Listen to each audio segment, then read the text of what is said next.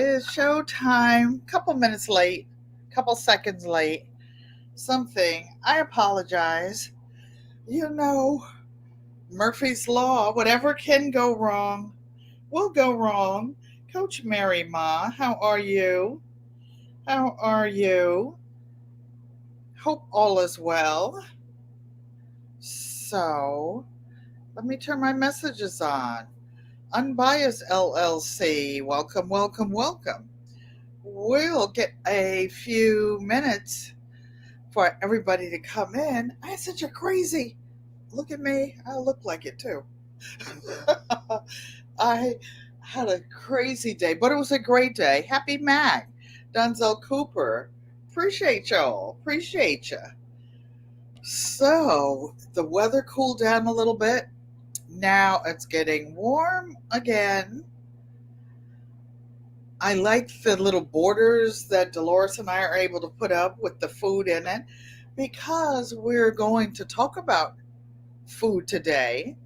First of all, I'd like to thank all of the moderators who are here coming in. I'd like to thank the people in the bushes, the channel members, each and every one of you.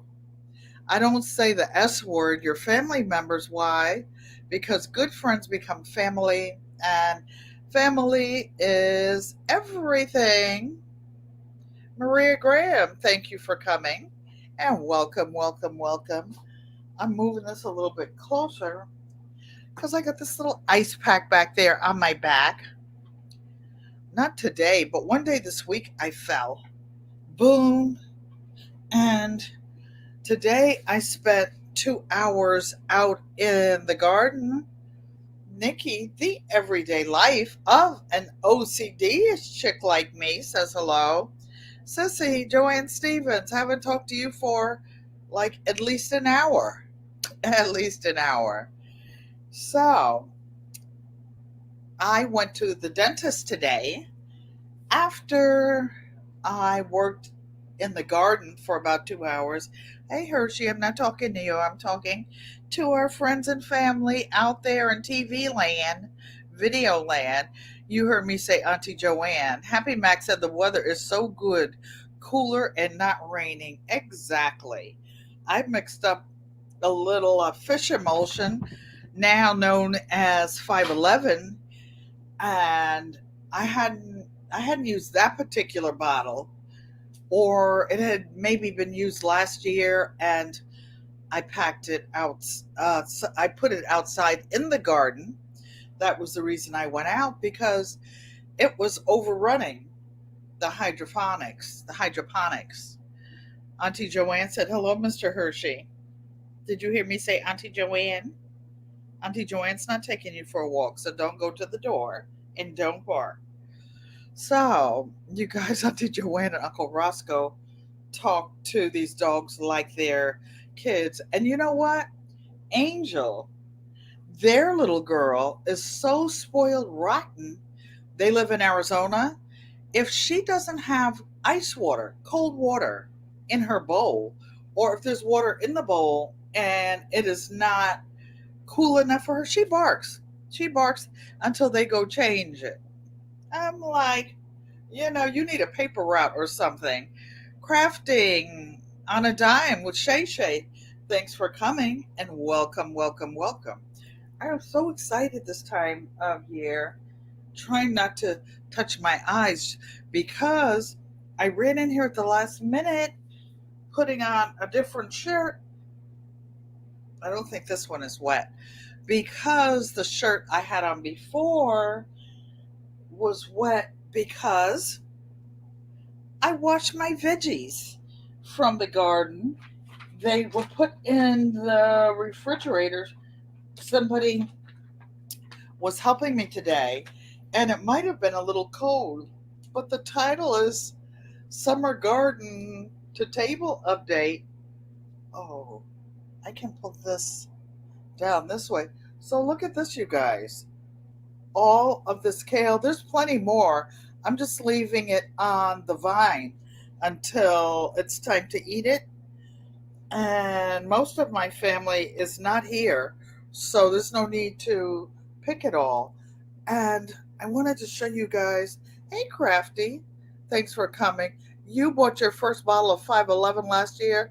The perfuming of it was unappealing, to say the least. I used to have a neighborhood cat that used to like to hang out when I used it. But what I want to show you, those of you who like spicy, I already have peppers in the freezer, you guys, because I didn't get around to doing anything with them. Check out all these peppers. Check out all these habaneros, cubanos, sweet banana peppers, and a couple serranos in there.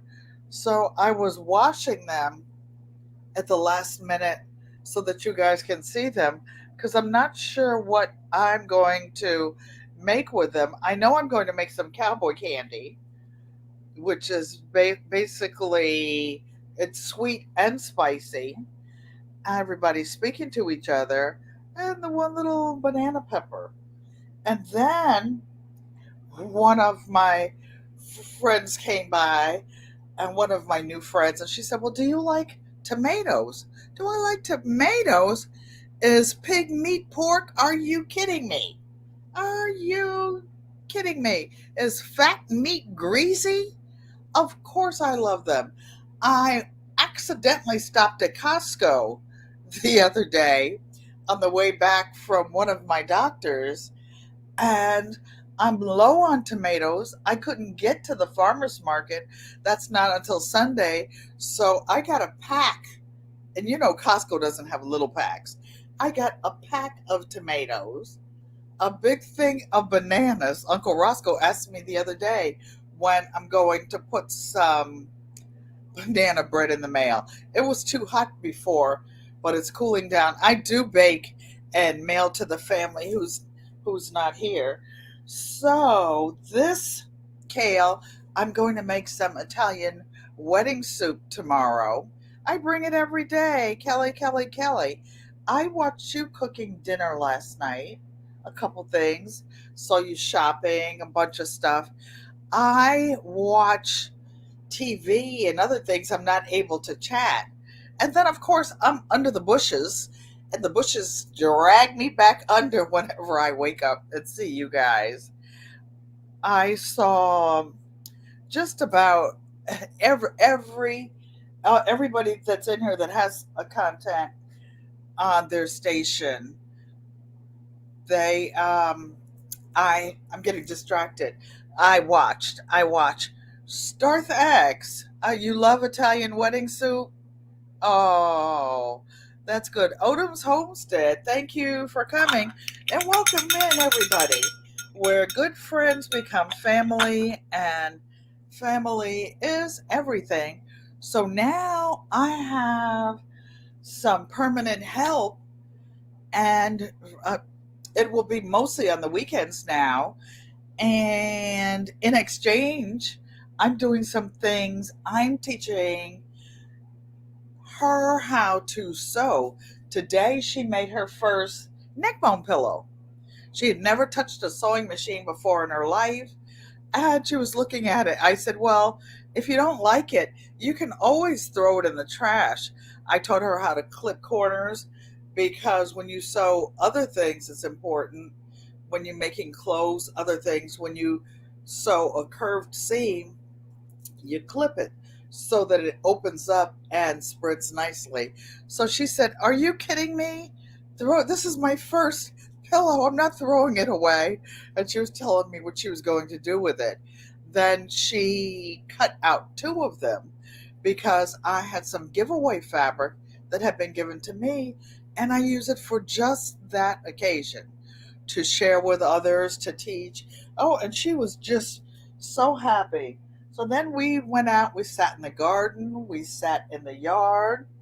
Then I had to go to the dentist because I get my teeth cleaned every 6 months. And when you're aging, when you become an elder, when y'all get up here, it's important because your your gums recede. And I had to get a clearance to have my knee replacement surgery. Whenever you have a limb replacement or something big, you cannot you cannot have any dental work done for 6 months. And Dolores says, please like, share, and subscribe, as Auntie Ellen is only 18 family members away from 2000. Hey, Dolores. Hey, Dolores. I did wake up last night and watch Tori Under the Bushes or replay, whichever it was, and I didn't see her in there fighting with everybody. I saw the rest of you that were in there.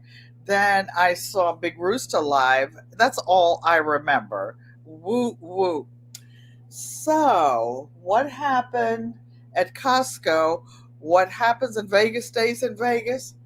What happened in Costco was a lot. Was a lot. So, I that brings me up to the week, and for since Thursday or last Saturday, I've got the big blocks finished for my mother's Christmas quilt, which is a king size denim quilt. Hershey, come away from that door. Hello, Linda Gray. Thank you for coming and welcome. Yes, Costco, Kelly. Well, what happened was the doctor I was seeing, the rheumatologist, was only 3 miles away from Costco. And we took the back roads to get there. But I said, why don't we take the main road, the Boston Post Road?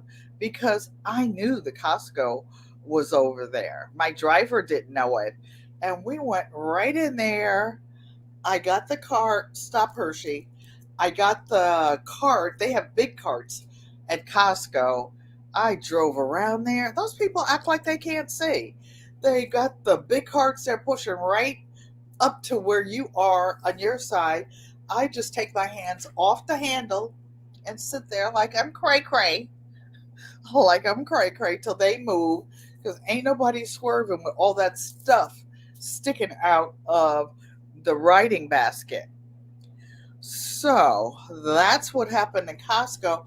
And then I was looking, I said, gee, what happened to the bananas?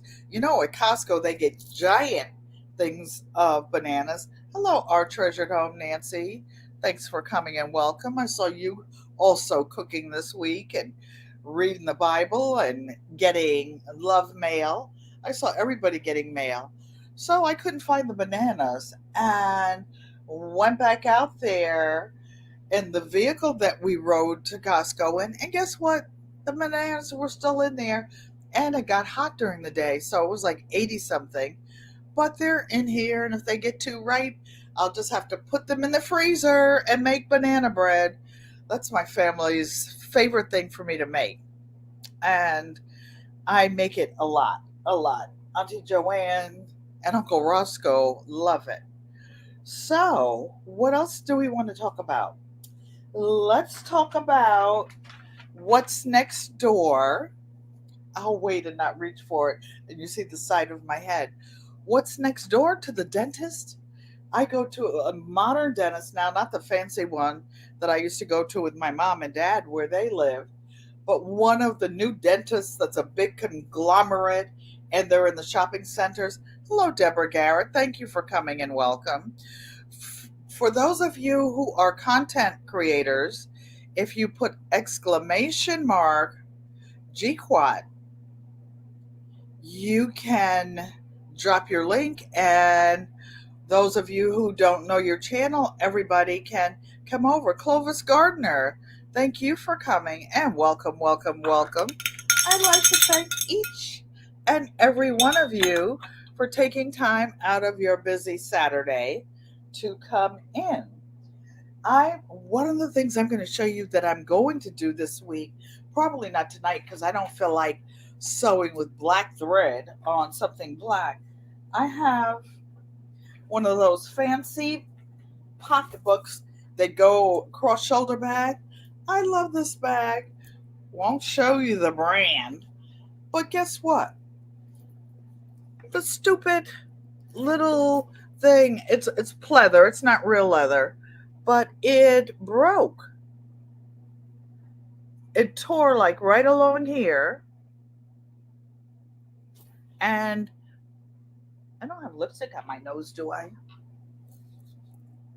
No, I don't.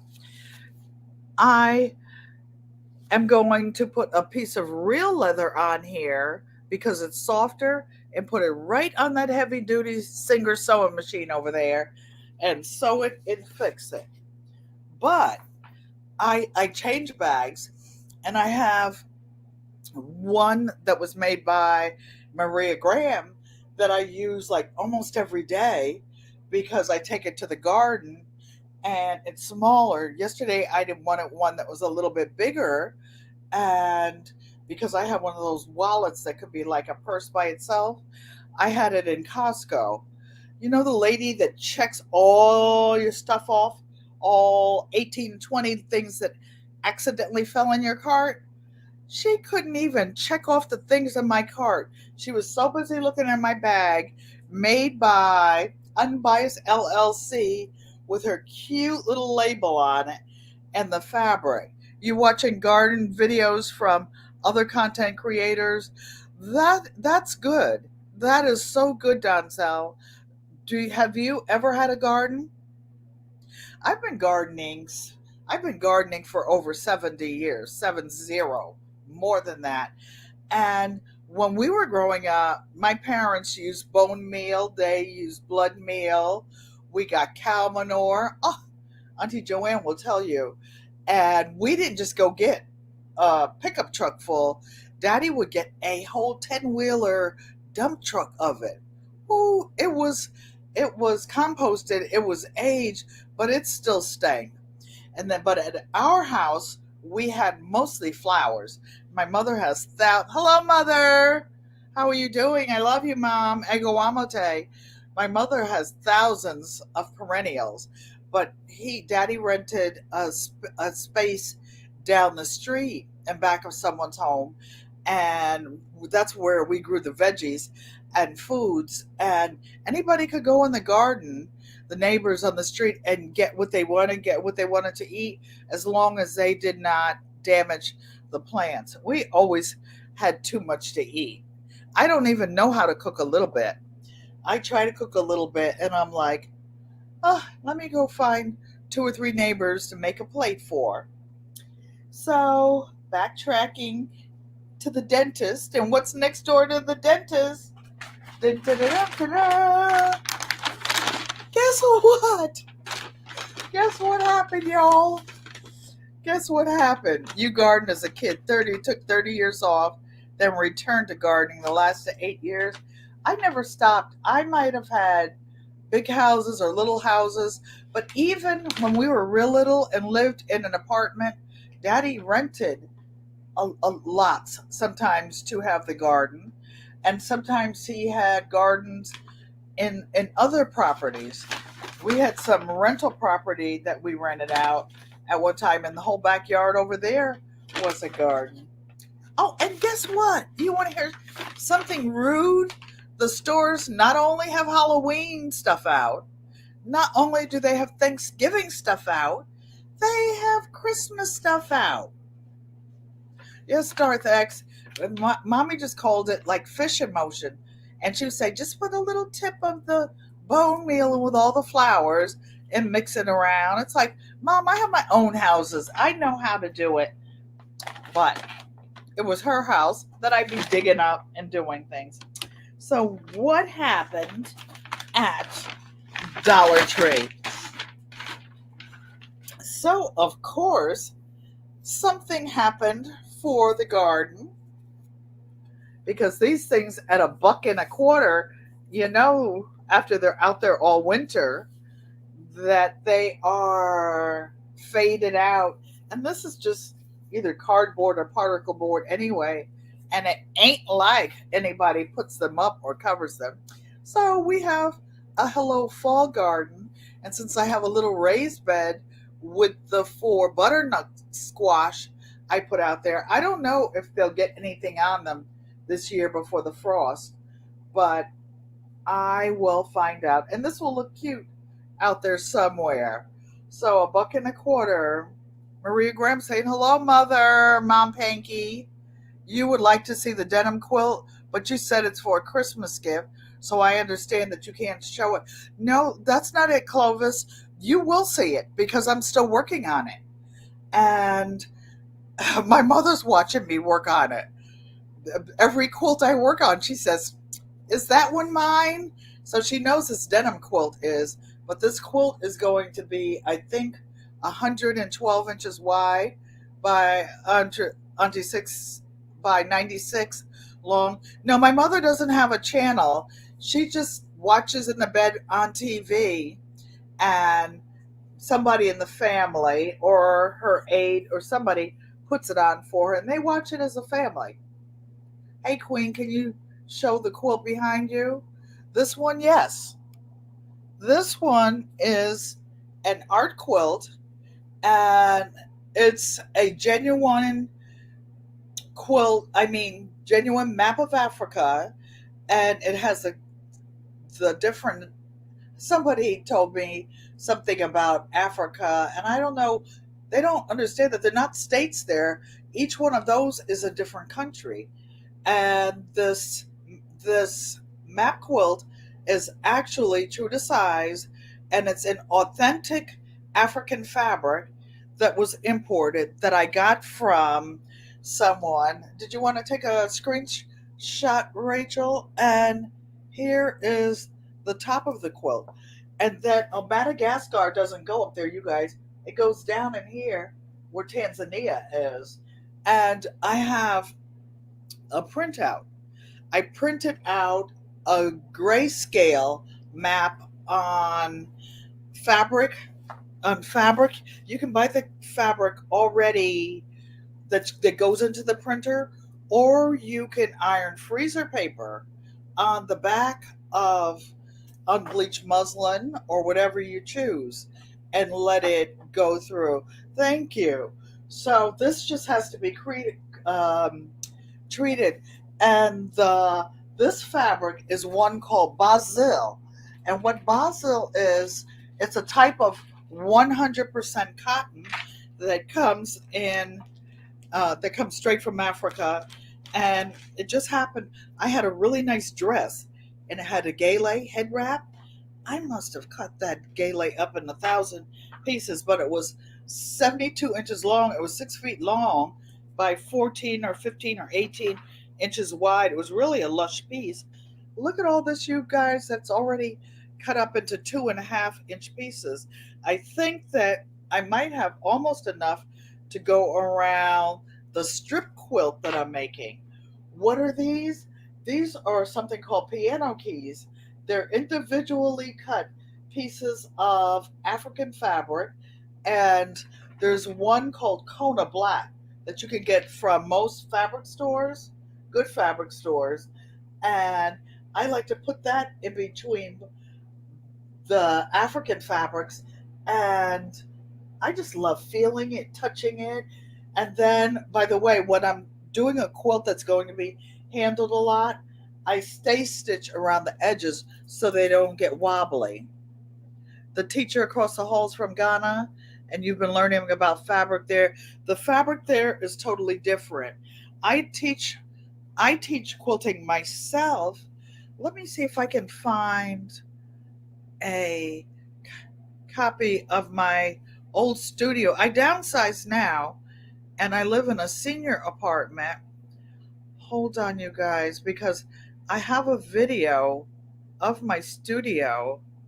It was 1,500 square feet. I also taught for other quilt shops and I teach long arm quilting, all of the other forms of quilting. Just a minute, I'm looking to see if there's the garden quilt.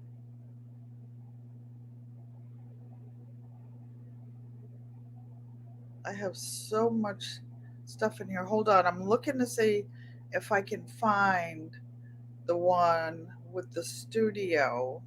If not, I'll do it another time. And going fast, I don't have a mouse. So, sorry, you guys, bear with me. I will do it another time. But I had a 1,500 square foot studio with like 35 machines in there. And I used to give lessons in my shop and other shops and go to a quilt show, judge. Oh, Dolores has a copy of the studio because she was helping me put some things together. I'm learning Canva with my instructor, Dolores, and she will load it. And so all of the stuff that goes in a quilt studio, all the fabrics. Actually, you couldn't see the fabrics. I kept those put up because if you have quilts and things that are exposed to the bright daylight, it will actually bleach them. So you can't leave it in the sunlight for a long time. I used to teach for 25 years ago here in New Haven, Connecticut. I used to teach for one of the biggest art groups in the country. It's called the International Festival of Arts and Ideas.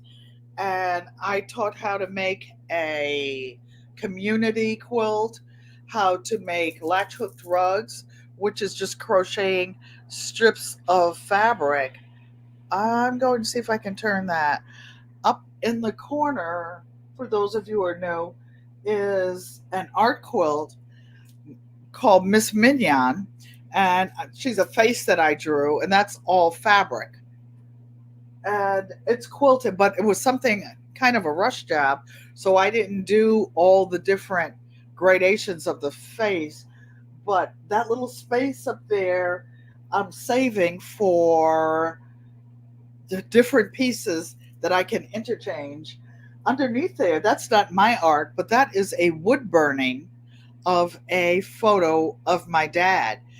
Way down the bottom over there is just a photograph of my mom, and above there, like in the corner of the bookcase, you can barely see a corner of me teaching a community art class, decorating gourds, and a few other painting classes. So I didn't become an artist, you guys, until I retired. So I was 50 before I even started quilting. I've sewn all of my life, but as far as quilting and all the master quilter stuff that I do now and teach, I didn't start doing that until I didn't I had my day all to myself. All to myself. So now, what happened? What finished? I hope you don't think that's the only thing that fell in my cart at the Dollar Tree. I'm going to save this to last because that's Christmas. So I accidentally bought some green cups.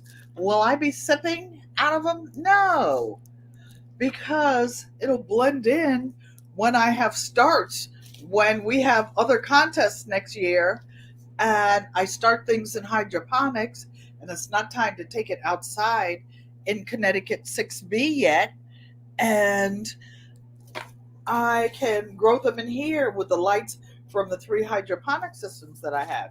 So, ta-da! Never had green sippy cups before. Oh, you want to hear something funny? When I first started gardening indoors, I never had hydroponics until 2 years ago when I accidentally won the WIG grow off for indoor growing, and I grew stuff hydroponically and inside. I was so anxious to get started with the garden. And the thing about gardening is use what you have. Did I say hello to Deborah Gardner? If I missed anybody, I apologize. So this will crack you up. I didn't have the hydroponics. I ordered those later on. You know what I did? I got those little peat pots, right? And I soaked them. I put seeds in them, and I put them on a cookie sheet on top of some boxes and used the light from the top of the oven, the stove light, for hatching my seedlings. Then I got one of those lights that you see that people have around their chickens. because I used to have chickens at one point, and the red light to keep them warm, you can buy a gardening light and put in there. That was stage two. It was later on when I rolled my pennies up that I got the hydroponic systems, and then I won one as a result of winning the WIG grow off. And of course, Michael gave me like 50 packs of seeds. GT Junior Grows in Alaska gave me some seeds. So, you guys, I tried to stay on a budget. I tried to spend $10. Let me see what I did. 1, 2, 3, 4, 5, 6, 7, 8, 9. I think I had 9 items. But, oh, actually, a couple things. No, they weren't $1, or were they? I can't actually see this. I need my dollar store glasses to read this. They were all $1.25. So it came to $10.50. So I stayed within the $10 budget that I planned, and it came to $10.50 plus tax. One has to pay tax, don't one? So I didn't get out of there. In Connecticut, taxes are high, you guys. Connecticut is one of the highest tax states in the country, but you know what? They really do have a lot of benefits. So, what else found in here? My lucky, prayerful green money candle. When I used to light these, they used to last a week. They used to have biblical figures on the outside, and they were green. So I got one of these, sissy, and I'll put my essential oil in there, a couple drops, and burn it and smell good. I just wanted to do something in the Dollar Tree. Then, because I sent thank you cards, I'm going to have to thank the moderators soon. It's almost that time of year. I went live for the first time. I think this is my second year coming up. Maybe it's only my first year. No, it's my second year, because I went live on Nikki's show. I believe it was the first time or the second time, and I went live on GG Naturals, and I went live on African Dream. And so then I decided, oh, guess what? They lied to me. I'll do a channel. So that's when I started doing my own channel. So I bought these little cards. You know why I bought these particular ones? Because you could get 6 in the pack instead of 4 in a pack. Because 4 in a pack, I might as well make my own for $1, right? Then ain't nobody trick-or-treating around here. I might do something for the neighbors, give something, or for Christmas. But why did I buy it? Because it's purple. As the Dolores will say, a purple girl living in a purple world, a purple elder living in a purple world. So, but when I got this, the strip quilt, the legacy strip quilt that I'm going to show you guys, I had little bits and pieces that I took out, and I didn't want them to get away. I had a mess Thursday night getting all those pieces that I cut up. So guess what? I'm going to go over there, and I made a commitment to make 2 blocks a week. I'll show you the block that I did the other night. And I only have 1 done. So if I do one tonight with you guys, I will have my commitment fulfilled. And all 42 of my mother's blocks are pressed. And hold on 1 minute, you guys. I run around like a crazy woman getting ready, especially today because I did so much. And guess what? I got Santa Claus. Hello, Catherine's Garden and Home. Thank you and welcome, welcome, welcome. What did I see you doing in your garden? Just about everything. I just can't remember. So we are going to have a paint in. Maybe I'll get one and paint with someone else, like live. Maybe live here. No, it won't be live because they won't be here during the time I go live. So I'm going to make me a chocolate Santa and just paint him in and put him up, and I'll have Santa. I don't know if I'll put him in a garden. He might get abused out there, but for sure, I will have Santa Claus in here. So I just thought that would be fun. You guys want to hear a funny story? So I have four nephews. My baby brother Joe has four sons, and one of them, Matthew. Hold on one second, you guys. Okay. Okay. So the video with the studios there, but I'm going to tell you the story about Matthew. So Matthew came in my bedroom at my mom's house. We were there for Christmas. I came up from the homestead in North Carolina, and I said something about Santa Claus. So Matthew pulled his little 8 or 9 year old self up, and he comes to me. He goes, "Auntie, you know there's no Santa Claus." What? What do you mean, Matthew? What happened? Did he die? What happened to him? Yeah, Auntie, he died. Matter of fact, I went to his funeral. I went to his funeral. I said, "Matthew, you went to his funeral?" "Yes." I said, "You know it's important to tell the truth, right?" He goes, "Yes, Auntie." So the kids know they know they can snow me. They can do anything with me. But my brother Bill, Uncle Bill, no, they don't play that with Uncle Bill. They didn't play that with Grampy, my dad. The guys in the family, no, you got to man up. So I said, "Matthew, you went to Santa's funeral?" "Yes, Auntie."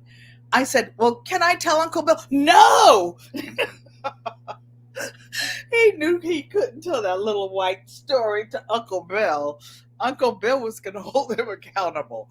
But me, they know, if it's something life-threatening, if it's something, my job is to have fun. My job is to love them, show them some of the stuff I'm showing you guys. So hold on just a minute. Those of you wanted to see where the real quilting work comes. As soon as I can get in there, hold on.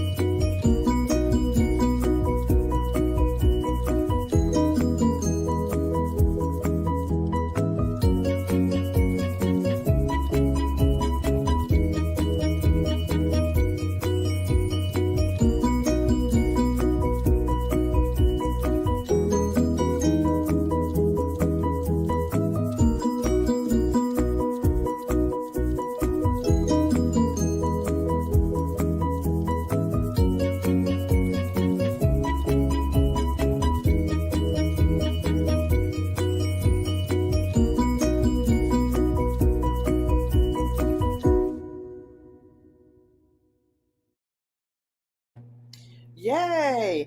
Welcome in, Felicia, FR Humphrey, Jags, J3GS Farm. Speaking of farms, where that studio was in a place called Warren County, North Carolina, and I lived on 4 acres at that time, and 4,000 square feet. There were buildings, there were chickens and ducks and goats, and maybe 10 Cane Corso Italian Mastiffs. One time I had horses, had a cow, had pigs, until somebody told the kids that we were making bacon out of brownie. So that didn't go over well. Had to take all 6 pigs when the grandkids were little to other people's farm. And yeah, we couldn't grow them at our house. And somebody gave me 200 bitty chickens one time. So when they get 8 weeks old, they became freezer chickens, and we had a few after that. I had chickens recently. Yeah, like why would they tell them? Brownie, Spot, Blackie, all the pigs. And one of my nephews told him we were going to make bacon out of them. They thought bacon came from the store. They didn't know they came from animals. Yes. So that is the studio that I had at home. I also, like, over the years, used to rent another 6, 7, 8, 5 acres, 6 acres, where we had a little store and gas station.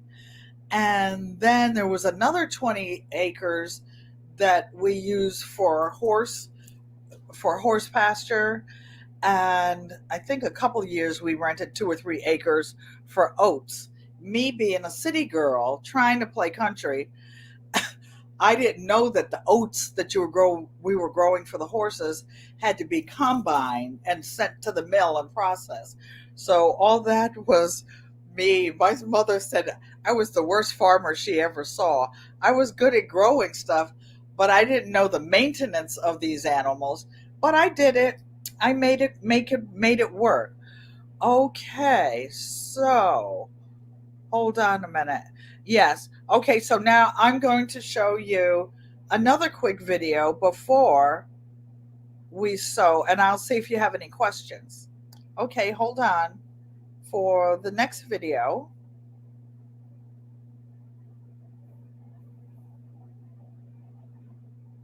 Soon as I get it. Hold on, you guys. My coordination is a little off, and I don't have a mouse on here. Okay.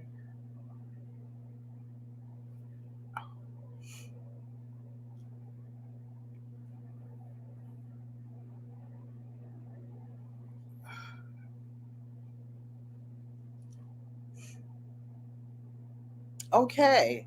So, what you just saw are the drawings.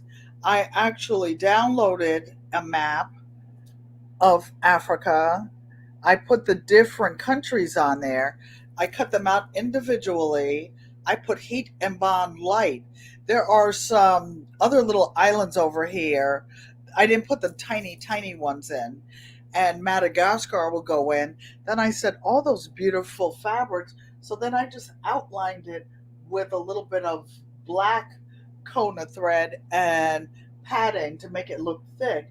And then Madagascar is not sewn down. I'll put it on it. And to simulate the ocean, I put this blue on there. So that's why I put the blue around it. You love my hair tonight, Maria Graham. Thank you. Maybe I should leave it alone because I didn't have a chance to do anything with it. From the dentist today, I just ran right in. Then my shirt got wet. I pulled it off. I don't even think I tried to fix it, but thank you. My locks are locking. They're doing something. I don't know what they're doing, but I'm having fun. I'm having fun. No more getting it blow dried at the Dominican store and wrapping it up at night in my doobies. Thank you, Nikki. I'm trying to get my hair like yours. Auntie Joanne, she doesn't like to show her face or come live, but Auntie, my sister's locks she can sit on.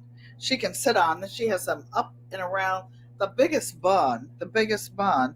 Felicia saying, hello, everyone. Hello, everyone. So, do any of you have any questions about the machines, about the garden, about anything?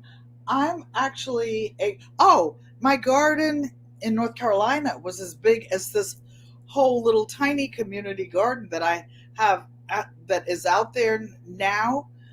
It was, I don't know, a fourth of an acre or something. Auntie Joanne said, enjoy the lock journey.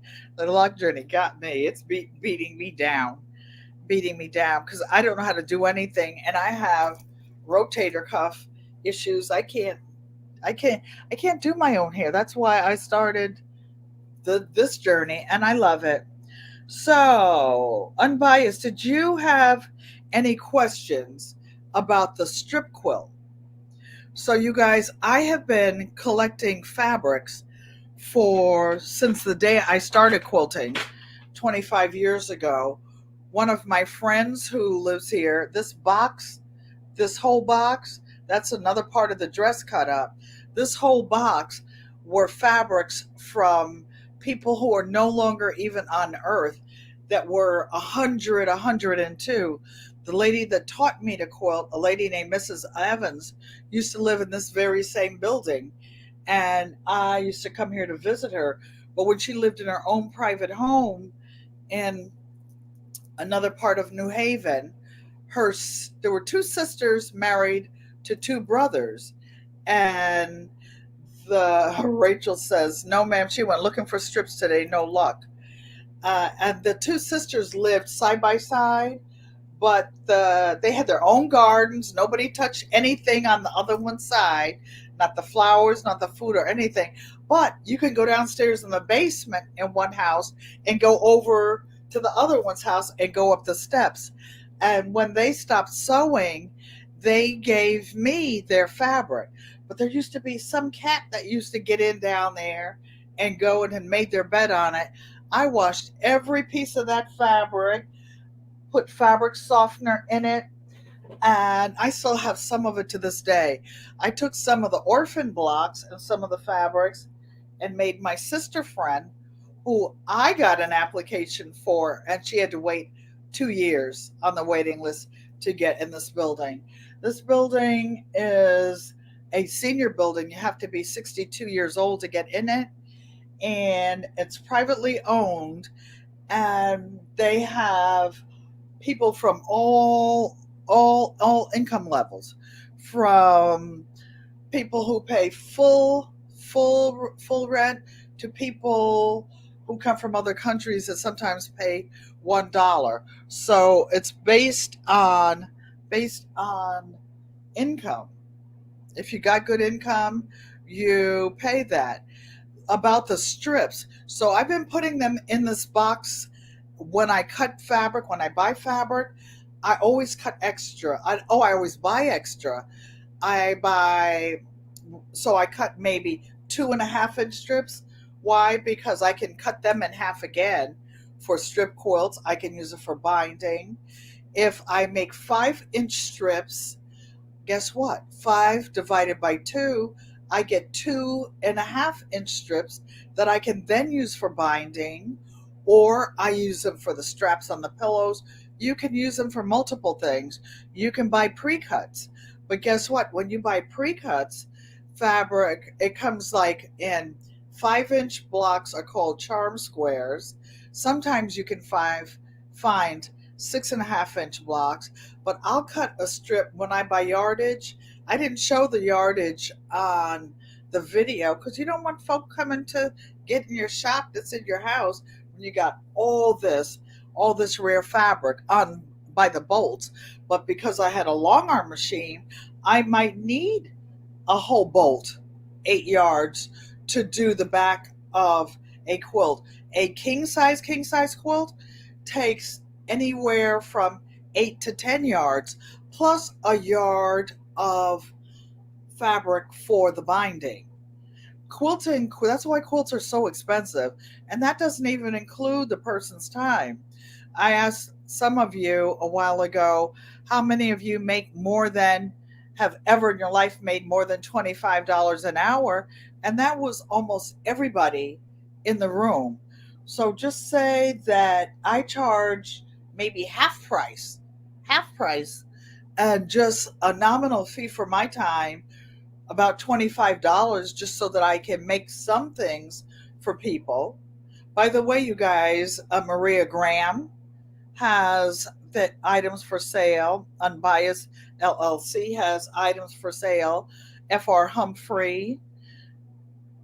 Who else did I say? If you have items for sale that you make, can you put a 1 in the chat, please?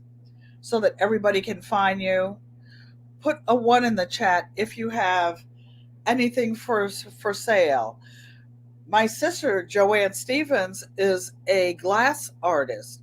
I don't show her stuff because it's all original art. Then people download it, take pictures of it, copy it, print it out, and pretend that it's theirs. Oh, yes, I'm sorry, Jegs. Jegs has Hunte because he is a Hunte slanger, baby. Jegs has honey, but you know what? Jegs, put your channel in exclamation mark GQUAT, and y'all head on over there to Jegs and get you some honey. Hunty. I bring it every day is an artist. I don't know if she has time to sell her things. Maria Graham, you can get in touch with her by email, and she doesn't have a channel right yet, but you can find her or you can email me for the time being. For the time being only, Maria Graham. I'll take your messages for you. And she makes some really nice bags. She quilts. When I get to 2,000 family members, Maria Graham is donating a lap quilt for one of the prizes. I hate to get up because these pants are kind of tight, but they go well. So it's right here. I am right here. Yep. Sorry, mother, kids. I didn't have time to put on a baggy shirt. This is one of the items that will be given away when I get to 2,000. And it is a double-sided tote. Somebody asked me, and I'll show you, this is going to be covered with pink. I just didn't do it yet. But I think because there is a pocket on the inside and the outside, if you wanted to, you could turn it inside out. That's the side I like. Of course, you can see the seams, but if you wanted this side for any reason or one side got dirty, you could use the other one. Use the other side. A baggy shirt. You know we got those sisterhood crimes going on back there, Nikki. You know. But 76-year-olds should not be showing their whole body out there. And, it's funny. The maintenance man was in here one day, and I was running one of my videos because I critique them after I do them. And I had my lips on, and I was dressed up, and he looked. He goes, Miss Ellen, you look nice. I wear 2X shirts around here. You can see my arms and everything. I tried to cover this part up so you couldn't see my breastises. Hello, Mr. Tory. I was trying to guess the words last night, but those silent letters take me for a loop, Hunty. I cannot do them. I'm gonna let the youngins go ahead and do these word games. I can do the slow ones. Oh, by the way, you guys, Dolores, if you go to her community page, she has a set of puzzles going on, and you go there, and there's some of the question: is it this or is it that? Is it that or is it this? And I don't know what's going on over there, but go over there, and she explains the game that she's going on her community page. So who wants to see me make a block out of these strips that are more than 25 years old. Some of them I inherited from the two aunties that I told you about. Oh, and one last thing. We were talking about sewing machines. Some of those vintage machines, especially that humpback machine, it is what they call a 3/4 machine. It was by Singer. I bought that machine. It's heavy duty like the Spartan. That is a 3/4 machine as well. They call it that because of the size of the motor. I have a couple of featherweights. One is blue and one is black. And they're heavy, they're very strong, but for tearing up with all these pins and stuff, I just bought this inexpensive beginner machine that is a Singer heavy duty, and it has an extra little table like for my quilting and whatnot. Okay, so let's go make a block. Did I miss any questions? Nikki, she didn't even see it. See what didn't I see, Nikki Nick? Cut off some. Oh, you're lacking in the backing. Oh boy. You know, I don't know, something done, and the doctor said that he had to take a needle and get some stomach fat to move it to somewhere else, I guess some surgery, so that it would be, looking like it was supposed to look.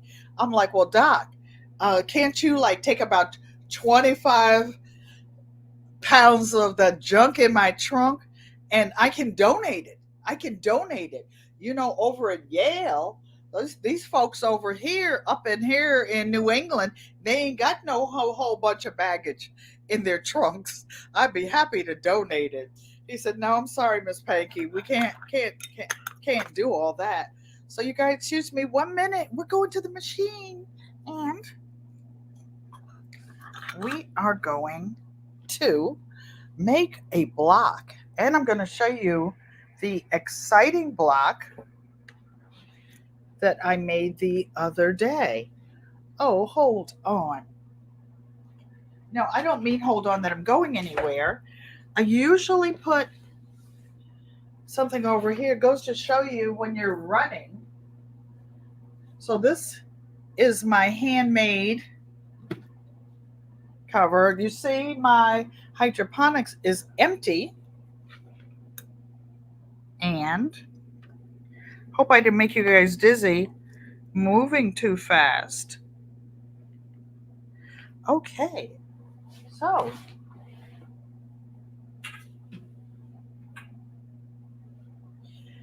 okay, I can hear my daughter now. Mom, we have to get you a new shirt. I have more shirts, the big baggy ones in the back. Okay, so how about this block?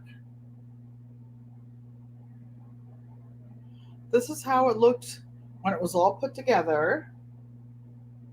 And what I wanted to show you guys is this, that when you're cutting your strips, those of you who are intentionally cutting, I just like this because it was a big dark colored one. So this square has 2, 3, 4, 5. But I like the blocks with all the little pieces in it. I like this one and this one, but I didn't want you to get tired of watching me sew all these pieces together. So, how do we do this? Because I'd be sitting any kind of way over here. So these are the little scraps, the tiny, tiny ones that I'll just put over here.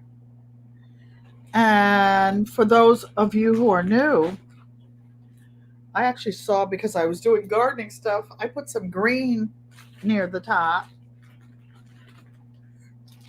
So I actually have 4 out from the other day. This is a 6.5-inch block of unbleached muslin, and I put a diagonal line from one corner to the other. One, two, three.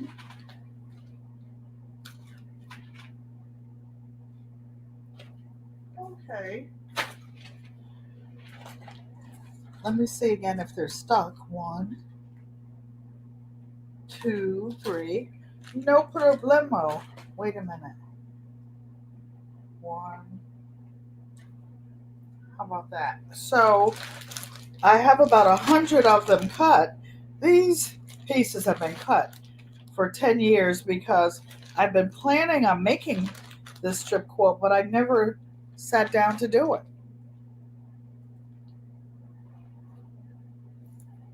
Oops. Look, I can't. Y'all don't need to see all that. Okay, so let's get some fabrics out. What we're going to do, put the phone over there. Okay, so they're going to hold the questions until I look up, because even if Dolores highlights them, I can't see them when I'm at the machine because I have to turn all the way around to see, to look up. And if you have triangular shaped pieces, I'm taking this out because we found some good fabrics in here the other night, but this whole box is full to the brim. Some of these fabrics are like this. Oh my goodness. Now, Psalm 146 was asking me about sunflowers. She loves sunflowers. And look, here are some sunflowers here. I will have to cut them down some. This was like a 4-inch strip that I cut. And when I was cutting this fabric, I know this was some of that vintage fabric. This is some of the vintage fabric I just stuck in there. Look, it's probably like a half yard or something. I just know it's a yard. I just washed it and ironed it. It still smells like fabric softener. Unbiased LLC said I sent her some fabric and it had been ironed for 10 years, whatever, and it was still ironed. So I'm taking these out. I make quilts of valor, you guys. For those of you who were in the military, anybody who is honorably discharged can go to their state quilts of valor and not download and apply to get a quilt of valor. Unbiased wants to know if she can buy pre-cut unbleached muslin. I don't have any right now. Unbiased. I only have the ones that I'll be working in. Well, one of my niece daughters just plopped in here. Sonia Galloway. Hey, Sonia. She's in from Facebook. For those of you who don't remember, my niece daughter who lives in the DMV, she lives less than 5 miles from the everyday life of an OCD-ish chick. Um, yeah, those are my girls since they were born. She and my daughter are eight days apart, and her sister and my son are real close in age. So we're gonna snatch out some of this fabric and at least work on see how far we get. I'm looking at this. Oh, look at these colors. Oh, these are wild. So I'm going to take this out, maybe some dark, some zebra. This is going to be an interesting block. Oh, a couple interesting. When I say block, the block is actually comprised of 4 smaller blocks. And what I do with these, I save them for corners where I just need a little pinch of color or a little bit that was too small. Oh, yes, I thought I saw a putty tat. this isn't green, but look at this interesting batik. Yep, you're going in there. Uh, we know people who like pink, don't we? Don't we? Okay, let me get some of this out of here. This will be cut, not today. This is a fabric from Psalm 146 that she gave me. So this quilt will be a quilt of memories because I know where each little piece of this fabric came from. And when I get this one finished, I'll be looking and saying, oh my goodness, I remember where I was when I got that. I remember this. I remember that. Unbiased LLC. See, this were some other pieces that I think that I cut off. Now, when you say you want pre-cut strips, these, I don't know what I cut these for. Hey, Barb Brownlee, thanks for coming and welcome. But all of this is unbleached muslin, and let me measure it. It is 3.5 inches by 4. Let me check it again. Measure twice and cut once. It's 3.5 inches wide by 6.5 inches long. So I probably had some 8-inch blocks or something like that and took them off. Latanya Lewis, how are you doing? How's your dad doing? Miss you, love ya. I was asking about you the other day. And see, here's some packs, little pieces. This, just for those of you who sew, this is called tea-dyed muslin. Of course, you can take some tea and boil it on the stove, and make you some and dye your own. But I just wanted you to see like some of the memories. Yep, so see some more of that red fabric for I'm not putting any more than the other red in this set of blocks. I bought 160 yards of fabric that was red. Oh, I thought I'd never get used to that fabric. You got strings all over me. So let's sew, you guys. Let's get this party started. So we're going to start with green because pulling my shirt out. Pulling my shirt out, Nicky Nick. So we're talking about gardening today. So we'll start with some green. Why? Because the earth is green. Is it this color green? Heck no, not unless your stuff is dying. So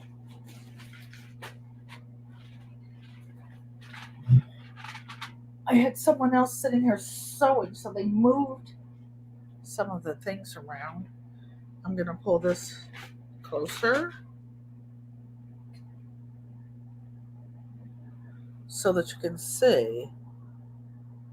Jessica, does it matter if the fabric is all different materials? No. Jessica, that's called a crazy quilt. I make my quilts with cotton. Why? 100% cotton, unless it's an art quilt. Why? Because they shrink differently. And I don't want one part of the quilt to be one way and the other. But if it doesn't matter, go ahead and use it. So this is crazy looking. This plaid. Maybe I will. Actually, I'm going to use it because I don't want to keep you guys all night long. So I'm going to do something different with this one. I'm going to put it, let's see if this works. Doing one unbiased tricks now, trying something new. Actually, this was better like this. Yes. Okay. So I'm just going to rough cut this because I'm trying something new. I'm going to put this across the whole middle. And I'm going to sew other pieces to the side. I'm going to sew, this piece is actually 42 inches, the whole width of the fabric. Don't need that whole thing.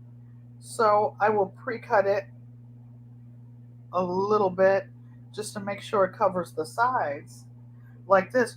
You can make the pieces whatever size you want, and you just want to make sure that they cover the entire square, and you want to make sure that it's something that looks nice, something that you will like to look at later on. I just like seeing all these crazy colors together, so I'm kind of pre-setting some colors out, and I like to sew 2 blocks at a time.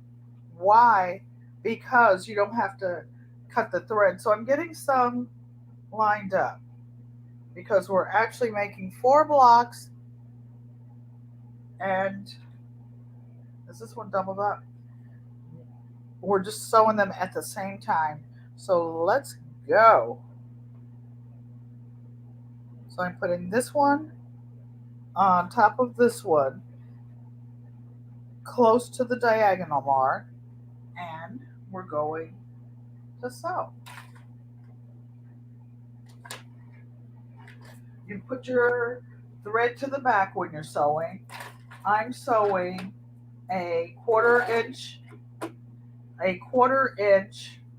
seam. I almost backspace because that's habit, but you don't have to backspace when you're making this type of quilting. I'm using a 2.5 millimeter stitch, straight stitch, and 0 width. Ruby Spot, hey, welcome, welcome, welcome. So we are sewing down this block. That's block number 1. Block number 2. Hey, how about we'll do the same thing with maybe some pink. How about that? How about that? For those of you like pink, we're just doing something different. And what color will I put on the side of this? Maybe this cute little powder blue with little flowers on it. Why? Because we're gardeners and we like flowers. Thanks everybody for coming in, checking in. Don't forget to give the thumbs up. Okay. So you don't have to pre-cut like I'm doing, but you don't, these big old pieces that are hanging over just makes it easier to sew. Whatever floats your boat, whatever makes you happy, you can do it. So now I'm sewing a quarter inch seam onto the second block. And I'm just going to sew to the edge and then just veer off. Now the first block that I did, what I'm going to do is pull it off, and let me see if I see any questions that I've missed. Sorry, you guys. Dolores, pink, yes. She's pink hand waving. You guys are funny. Okay, so now I open this up. And see, this is what I mean about the bigger blocks. These are bigger strips. They're 2.5 inches. They're not as interesting, but they're going to be in a quilt with so many so many pieces, it's not going to matter. And will you be big enough to go over here? Let's see. It's like doing puzzles, you guys, or Legos or something. So, but you have to do it backwards. That one's not going to work. I like big contrast. Big contrast. So, let's get a piece of some crazy looking fabric.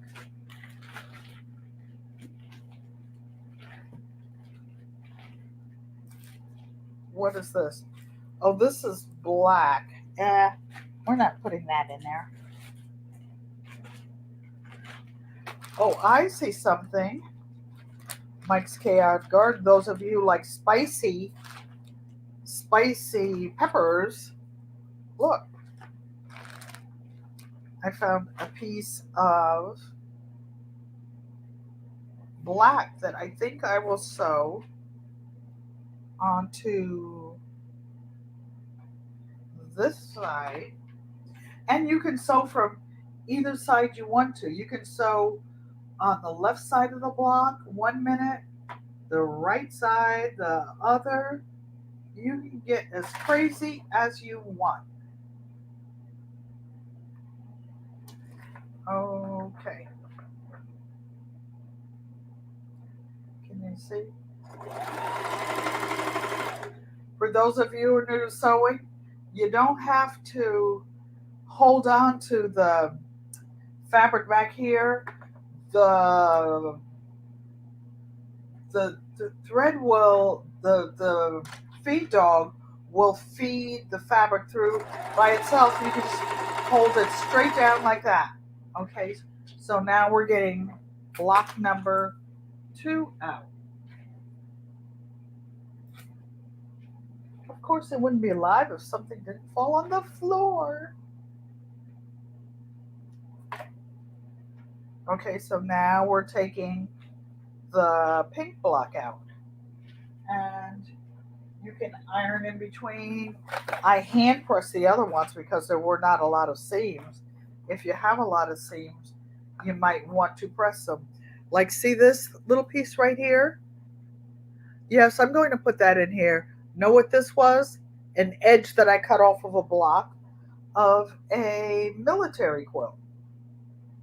So I'm going to put that over there because the Quilts of Valor, that has memories for me.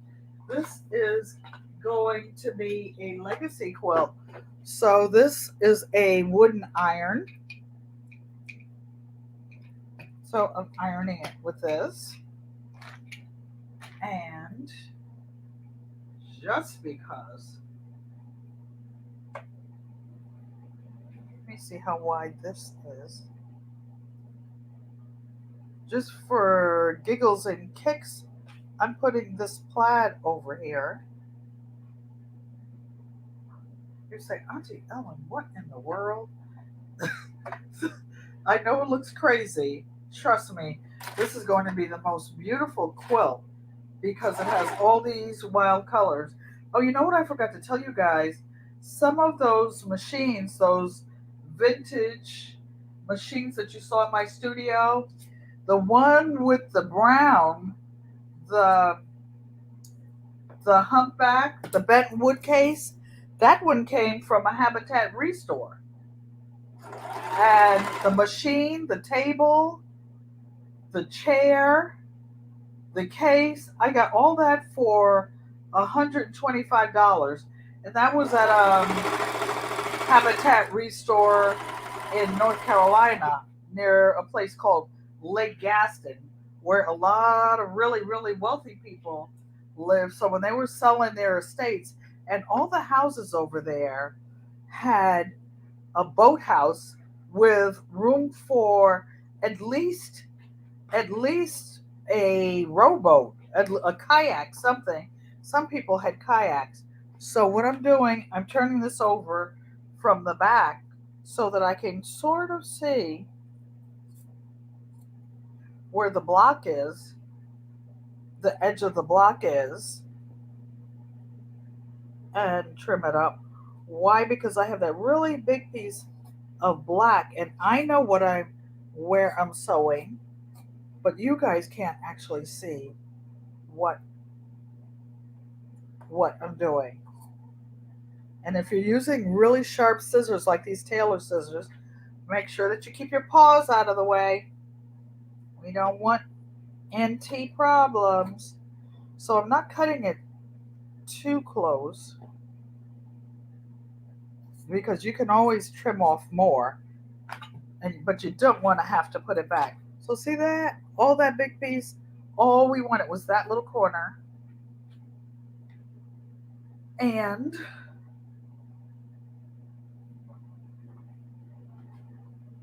you know what? Just for giggles and kicks, let's just put the same fabric on the other side. The only thing we're doing is make sure it's wide enough to cover this space. Are there any questions, you guys? You're just intently looking. It's like, how could she take all that mess and make something pretty out of it? Just watch, you guys. So I'm bringing this over to the edge of the first fabric, lifting up my presser foot, going over to a quarter of an inch.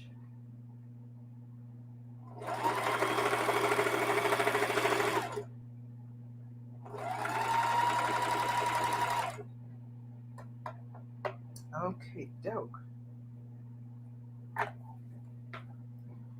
So I'm going to do the same thing to the back of this one. We'll see this little part, that little nickling part. So even though it's just that little piece, guess what? We still have to cover it up. We still have to cover it up. So that's when some of you guys say, why did Auntie Ellen send me these little pieces? Maria Graham, see this little piece? Because it's perfect for something like this. And that's exactly what we're going to use it for. To go right over there on the side. I'm going to start way up to make sure that we get all this little piece in. Oh, I'm excited, you guys, to see what this turns into. So,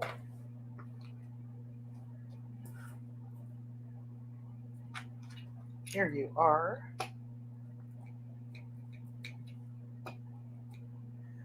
Ironing with my wooden iron. There are different kinds. There are some with plastic at the $1.25 store. Like you see this little corner that we cut off?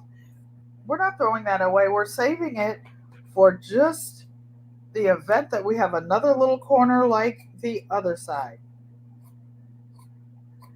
And you see what's happening. These are not cut strips. This was a pretty big wide strip. But guess what? We put it over in the corner because we needed it and we were being lazy. So look at this. This is one block, one finished block that's going in the quilt. And there's another one coming up with similar colors. So now this block is finished. So then we're moving on. Moving on. So I'm going to put some other colors in here.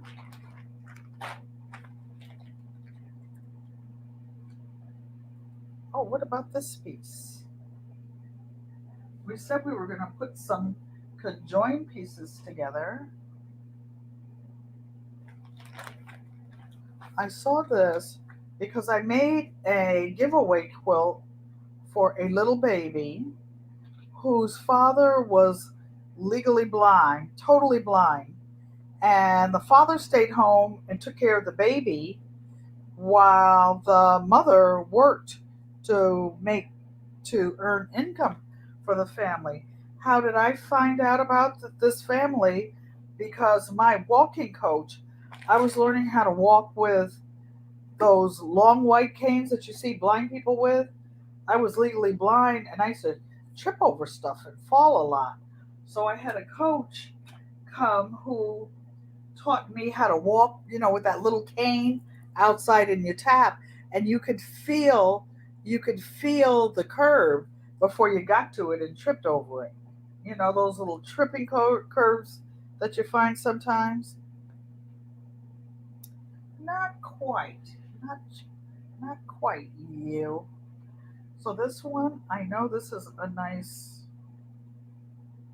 long piece. So I will cut a piece of you. Now, again, you can use whatever size strips you have. You love the colors in the block, Latanya. I like things that are different. I like things that nobody else has. That's why I cut my own fabric.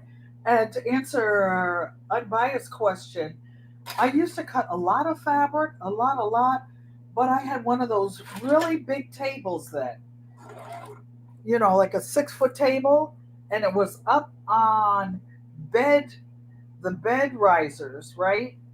And my cutting board was 60 inches wide, and I would start at the 60-inch mark and count backwards. Why count backwards? So that the part that you cut, if the ruler moves, you're already finished with that part, right? And I would take a 60 inches and then cut backwards. And I had these big, big rulers that were like 24 inches by long by about whatever the width was. And it went really, really fast. Here in mi apartamiento, where I am downsized, I don't have that luxury anymore. I don't have that much space. I have a round table that I eat at. I guess it's 60 inches. I have a butcher block that's about 24 inches, and you have to make too many passes to even get there. I'm going to use this. This is part of a block that was pre-cut, but I'm looking for another fat one. Oh, because Dolores is crying for pink. She's been so nice stepping in, helping me tonight.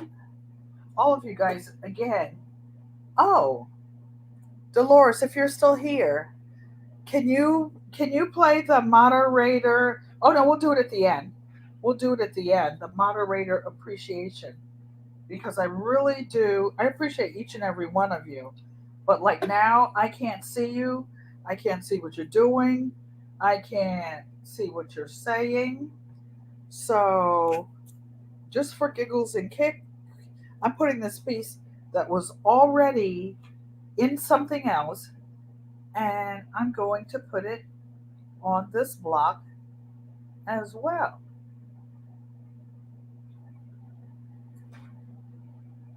Oh, this is interesting. I can't wait until this quilt is finished, but it has to go in line. I'm just showing. It will take me, if I do 2 blocks a week, I need 5 times 6, 30 of the 12.5 inch blocks. If I do 2 of those um, a week, 2 times 4 is 8. It'll take me about 3 or 4 months to get the blocks ready for this task. Okay. So let's go see what's going on with this Helter Skelter block. So I'm going to put this one on my lap because it's finished, and of course, I will be looking for it.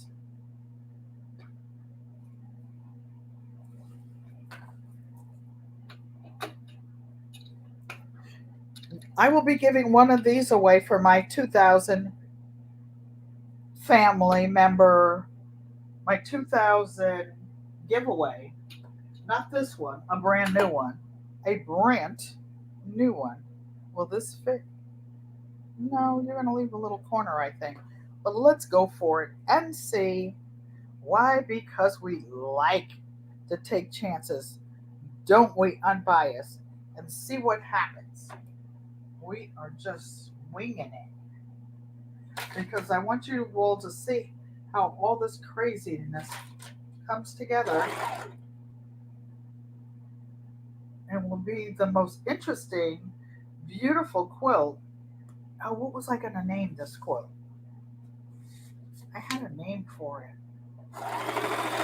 Oh, the name of this quilt will be Pieces of Her Dreams. Who is her? Yours truly, Auntie Ellen Pankey.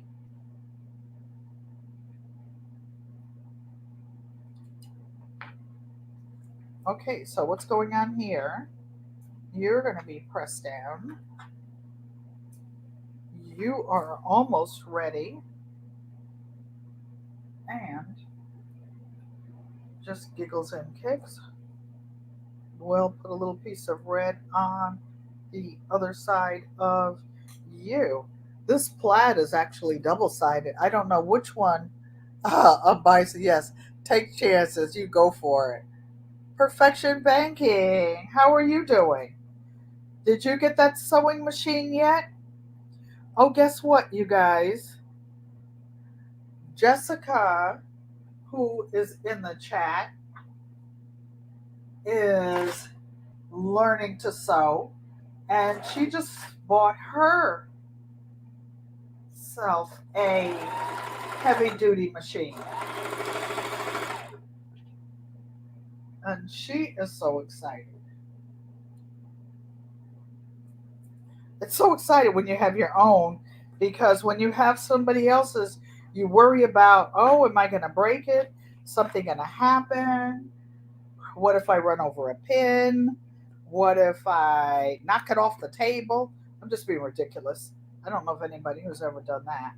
So I'm just rough cutting. I'm not actually cutting close to the edge of this. This is a messy quilt.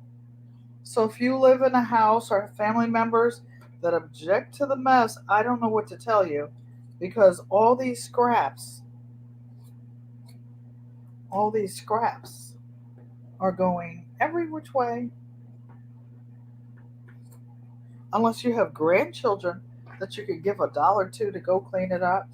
Oh, my great grandson is in high school and he plays basketball. He's 16, and oh, I just found those other green strips I was waiting that I wanted to use. Wow, decisions, decisions. Just because that's, no, you're not quite big enough. You must grow up, grasshopper. So, decisions, decisions. This is narrow, but it's green. And do I want to put this one in? No, no, no. I want to. What am I looking around for? I just want it to be all these fabrics. I just wanted to have a gazillion colors in it to show you guys. Maybe this one will go here. Well, what about this one? What's going on here? Oh, I know what. This was a part of the military quilt. So, was it a branch of the Coast Guard? There's a big Coast Guard station here in Connecticut, you guys. Up in Groton, Connecticut. It's just off the coast of, nope, you're too small. The coast of Massachusetts, and it's very, very deep. Some of the kids that are graduating from high school and elected not to go to college, but to go get a certificate in advanced manufacturing, they're making $50,000 their first year. 50 G's, y'all. So, here's some more pink. I will take you out and pre-measure yellow. Yes, we do take chances. Yellow. I think I might want some yellow in here. Good. We've got yellow. Hold on, ma'am. Let's get you some yellow out.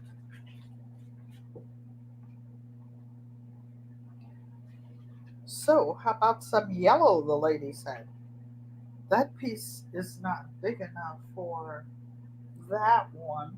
So, let's do this. Let's put just for more giggles and kicks, let's put some brown.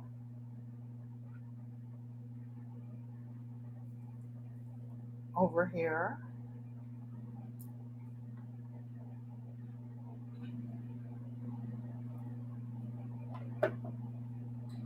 I have to feel for the bodies over here.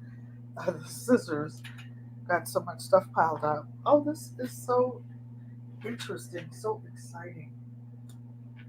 Because this is what our grandmothers did to make quilts. They didn't have yardage. They didn't go to the dry goods stores. One set of my grandparents were farmers when I was a little girl in North Carolina. And they didn't have money until they brought the crops in.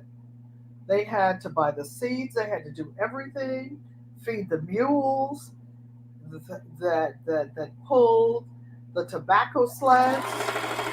They had a lot to do.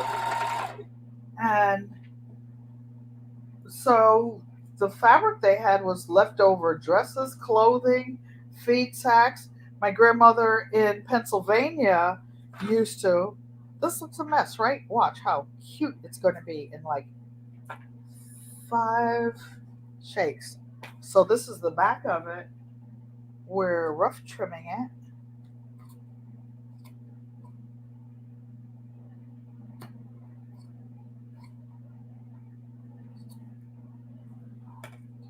I don't have to take those little snips, but sometimes when you take a big giant snip, it ends up being twisted, folded something, and then you mess up all your work you just did.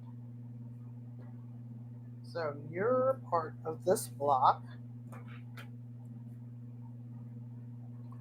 This one we only needed a little tiny piece of that yellow. And I'm also making it a little bit bigger because I'm going to edge sew around here. And when you edge sew, sometimes it gets pulled in into the block. So I'm actually cutting these pieces a little bit bigger. And yes, some of them are falling on the cutting ring floor. They'll get picked up, but not right this second. So look at this. Don't worry. It doesn't look like much now, but it will. Okay, there's one block. Uh-oh. There it is. I knew I was going to put it on this lap. I knew this lap was big enough to hold you, boy. I got you. So I'm going to put this one with this one. And we have 2 more blocks. So here's one block. And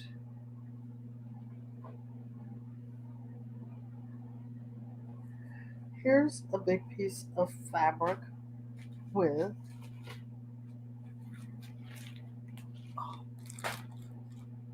let's get some yellow working. Okay, and bias. This glass is for you. Here's some yellow. Here's some purple. Oh, this is pretty purple. So, here's some of that black and white we had the other day. There's part of the shirt that went in another quilt. So, it was actually a shirt that I used to wear to work.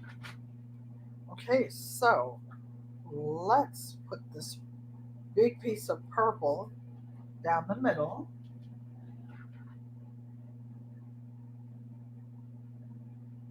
Okay.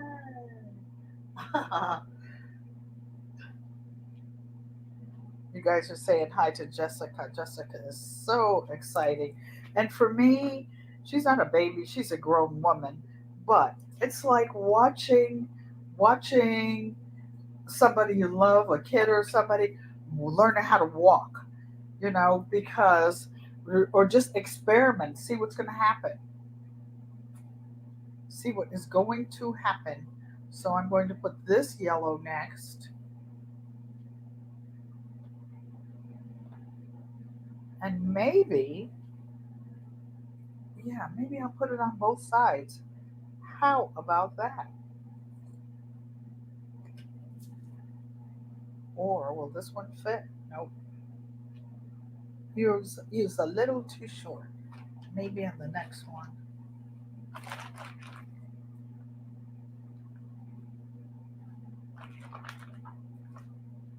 How about you? No, you're a little guy, but I'll put you on next. How about that? Let me just make sure. Nope. See, I'm checking. I had it wrong side up. So now I turned it over. And I'm going to sew just a little bit to move that one out of the way.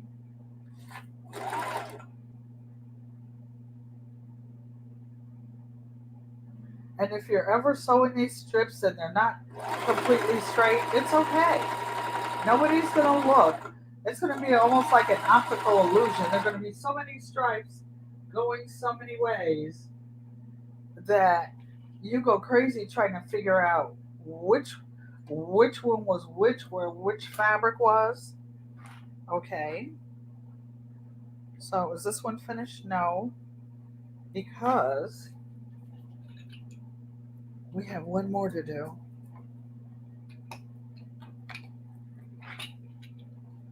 And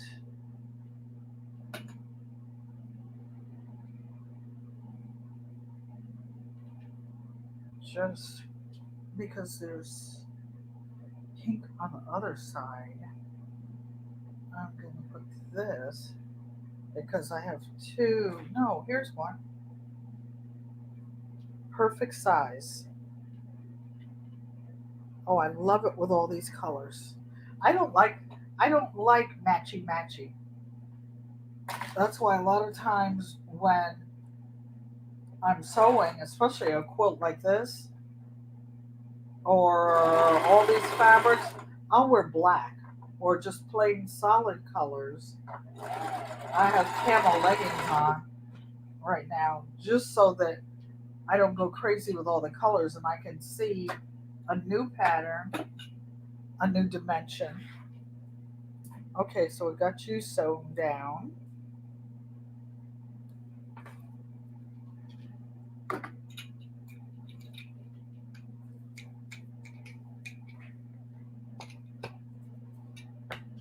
Okay, so now, see, you're trying to trick me. I already know you're too narrow. By the time I put the seam over, you'll have me trying to patch it up. But you'll fit these peppers. Nikki, I saw you with all your peppers and stuff. I think I'm going to make a pepper sauce with some of those peppers I harvested today.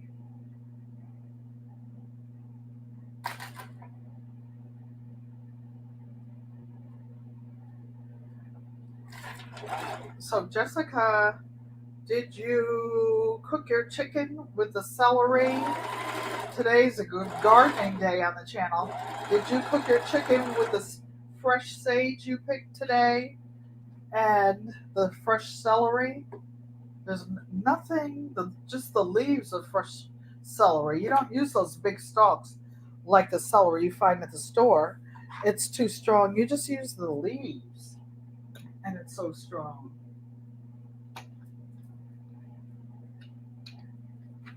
Yes, could I go over to the ironing board, the big one? Yes. Then I'd have to wait for the big iron to heat up. I would have to wait. And I don't want to leave my family. They're here visiting me in my front room with me, you guys. So I'm just trimming around this block. Why? Because we're getting ready to put them together and see the next part of this legacy quilt. When I get about 10 or 15 of them sewn together, I'll put them on a design wall so that you all can see them and help me pick out what we're putting together. So that's 1, 2, 3 blocks sewn. 1, 2, 3 blocks, 4. Okay, so I'm taking this one out because it might be the last one before we sew around the edges and put it together. Nope, we need to put a little bit more on this side. So how about this pretty green over here? Because we haven't used it. You should feel, you know how they say on TV, you should have smell-o-vision? You should have feel-o-vision. Some of these fabrics, especially the batiks and tie-dye, this is actually a batik, I didn't mean to say tie-dye. And it's the same on either side. Oh, it just feels so good because the dyeing process requires them to put so much water on it that the fabric, when you get it, just has what they call a hand, HAND, such a nice hand on it. So put my thread in the back, flatten you down. Hey, Mike. Mike, you missed it. If you go back to the beginning, you'll see all the peppers that were harvested this morning. And guess what, Mike? Most of those peppers, the seeds came from you. And then I have some other starts that haven't matured yet because I had yours in hydroponics. Uh-oh, I think I just broke the thread. I hate when I do that. I heard one of the threads pop. Just a minute. Let me pull it down some more and doctor on it because I don't want to thread it again. When you stop sewing, you guys, the needle needs to be in the top position because that's what happens. If you don't have this up and you pull it, it's halfway, there's a lot of tension on it and it breaks your thread. So that's why you always make sure when you finish that it's up. So, okay, we have one more or two. One more or two. We're going to try to make it one. We have all those greens over there.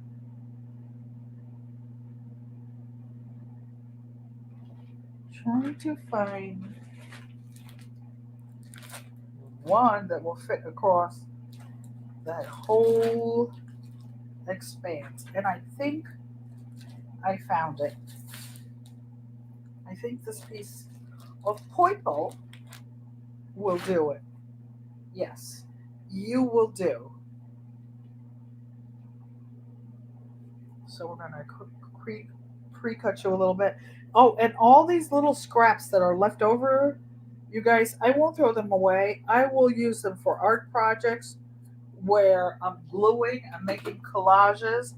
I will use them on fabric postcards. Nothing goes to waste. A few weeks ago, I made fabric boxes where I took some nice thick Amazon boxes and I glued fabric to them and I used them for storage. Okay, so that was the last seam.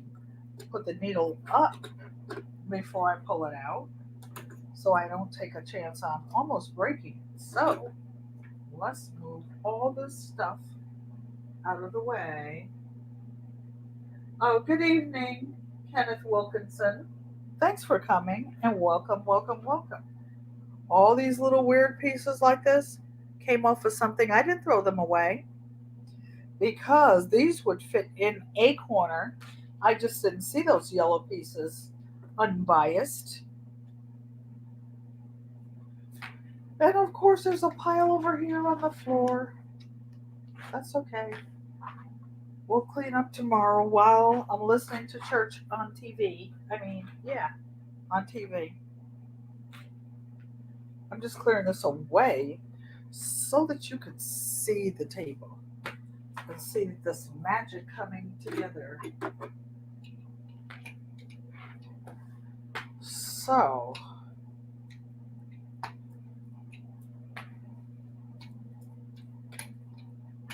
okay. Can I iron it? Yes. Am I going to iron it? No. Because I'm biased and I hate to iron, but I love to cut. And these tailor scissors in my hand are super, super sharp. Super sharp. And long.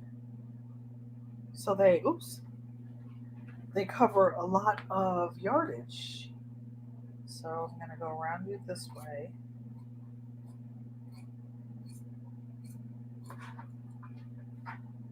Ooh. You see that, Rachel? How'd you like that action? Throwing it over my shoulder on the floor, on the cutting room floor. How about that? I know my mother's probably sitting on her bed, shaking her head at the good daughter, being bad over here, acting up.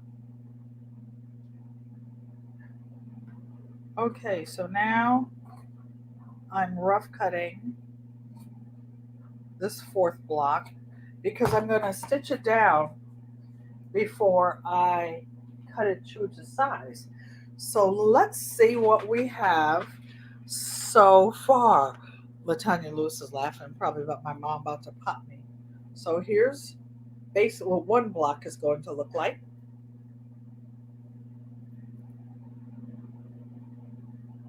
You don't go there.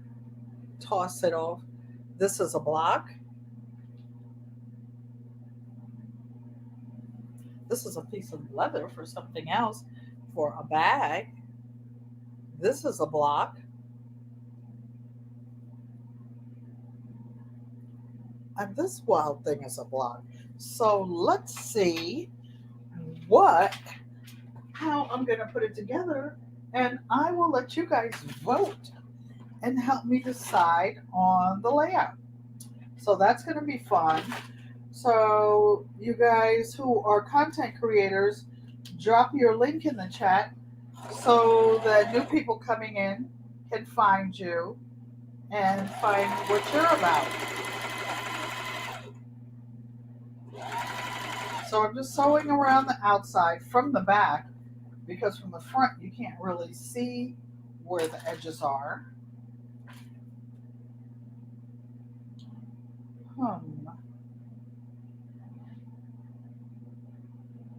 I was looking because I know I showed you guys that 6.5-inch ruler before I started being silly and throwing stuff every which way. Oh, there it is. Because I'm going to show you an easy way to quilt around the block. So these are what I'm going to use to trim this block. I know I look cray-cray, but there's a method to my madness.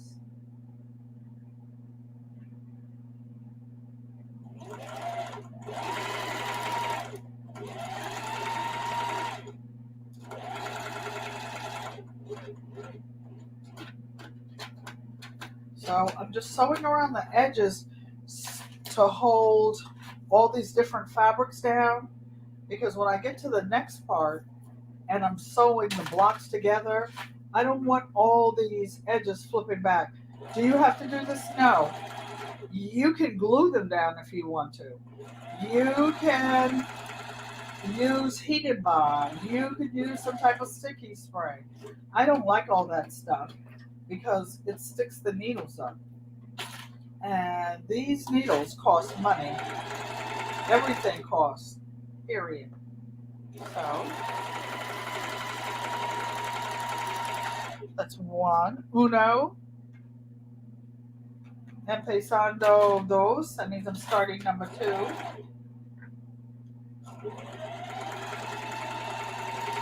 So you guys, Jessica is working with me on my Spanish. Barb Brownlee says, beautiful quilt block. So Barb Brownlee, this is the one we did 2 nights ago. This one is completely different, and it's all scratch. This is going to be a quilt that money cannot buy. Where would you find a quilt with all these fabrics? Some of these fabrics are true, genuine, vintage fabrics. They have reproduction fabrics. Some of them are called Civil War fabrics that are made to look like the old ones back in Grandma's day. My grandparents, 3 of them, were born in the 1890s. My youngest grandmother was born in 1911. She was a little young whippersnapper. She liked to crochet and to embroider, do stuff like that. But she still has, at my mom's house, we still have, I don't know, 2 or 3 of her sewing machines. I have her industrial machine sitting right here over in the corner.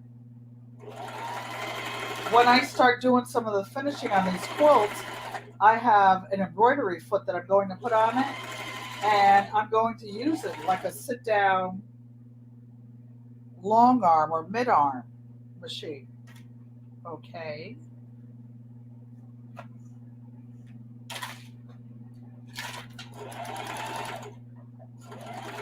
And I'm making sure I keep my finger away from the needle. Why? Because someone sewed her finger about a month ago.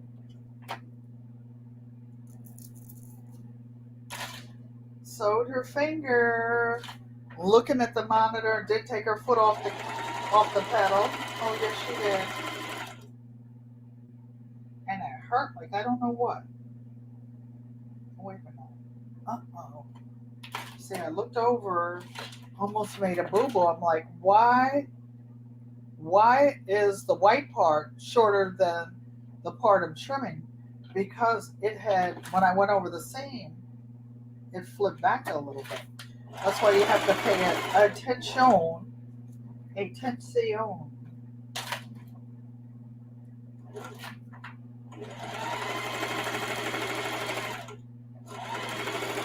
So, you guys kept me company tonight while I finished my second block of the week. And why is that important? Because I said I would make 2 of these blocks a week. And it takes 4 of these little blocks to do it. 3, 1, 2, 3, 4. How about that? So this is the last one. Then we're going to lay them out, and you're going to vote on the layout.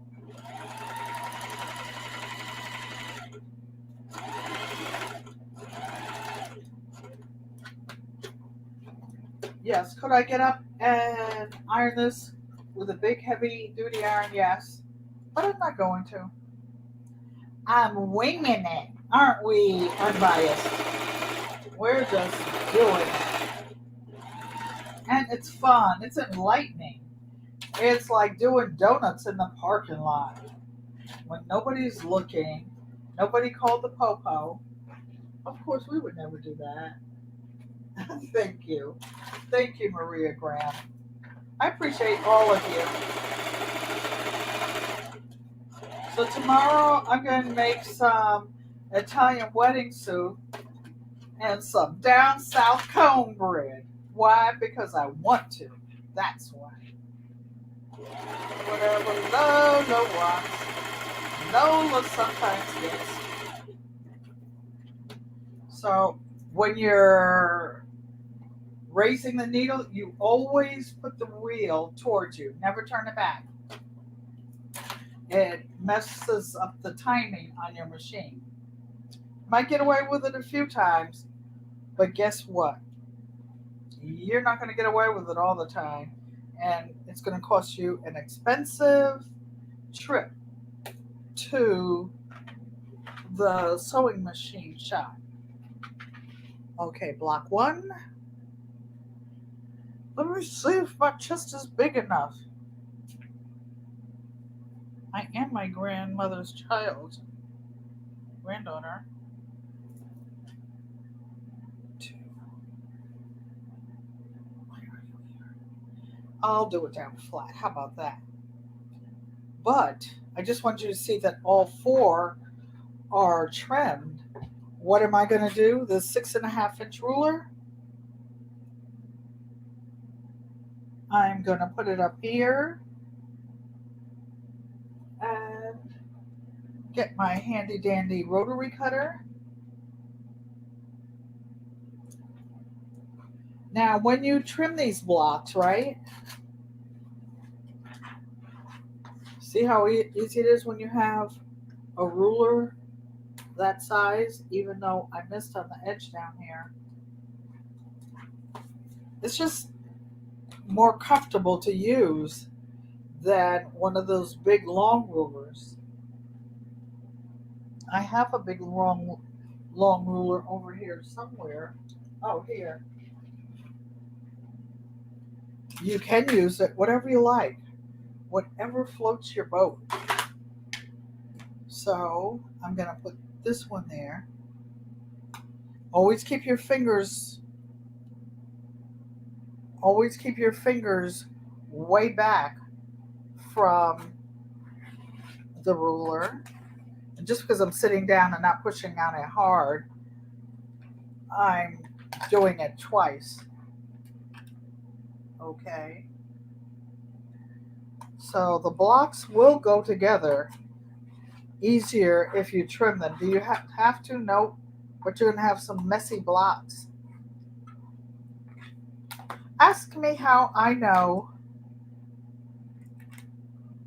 I'll show you in a minute because I didn't trim it this close on the other one and the seams ended up thicker. See how much neater this block looks? Uh-oh. Okay, so I'm going to put it on my other lap. Take all this other fabric off.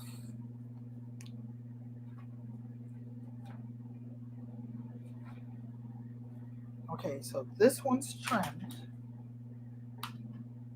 This one, what I'm trimming is, see where I like rough trimmed it? Well, if I sewed it together like this, you can't see where your 1/4-inch line is. Hey, my Renaissance grandma, how you doing? How you doing, sis?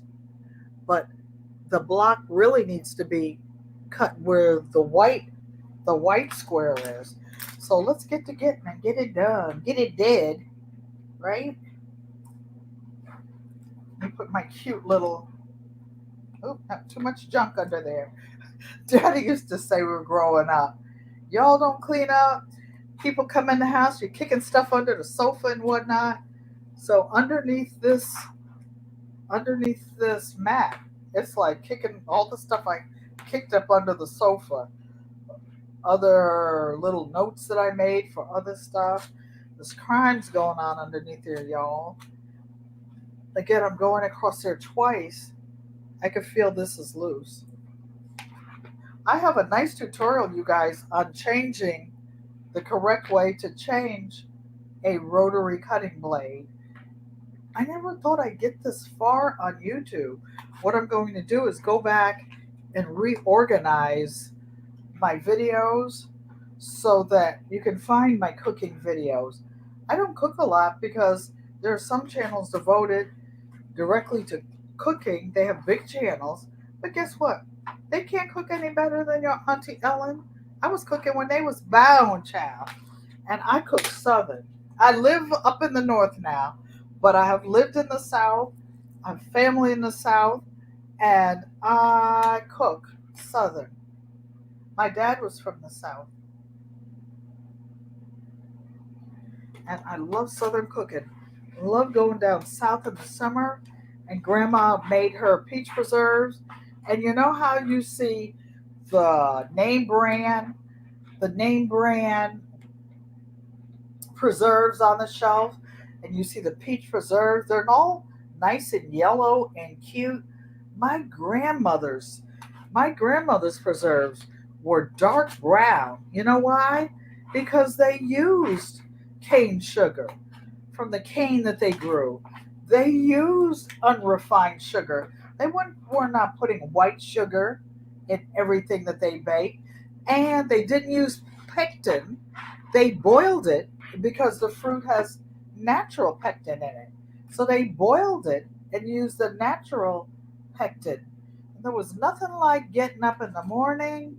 Well, they would be going out to the fields. We would be on vacation, and there'd be some fresh biscuits my aunt made in the wood stove. I have two aunts still living, and I said, well, how did you know the temperature? And they said, well, you put the wood on one side of the stove, the hot side. Then if you're baking a cake or something, you put it on the other side. You also wait until the coals get hot, after the wood burns down, and then you can rake it around. You talk about something good, some of that good old fat back from one of them hogs that they raise out back, and slop from all the watermelon and other stuff. They didn't even throw the dishwater away. They used to take that and put it in a bucket and go put it in the hog pens. One time, my baby brother was down there, and they were churning butter. My aunt Lemon was churning butter, and she had just gotten this electric churn, and my brother stuck his little finger in it, and it nipped it and cut a piece of it. Oh, Aunt Lemon, she just cried and cried.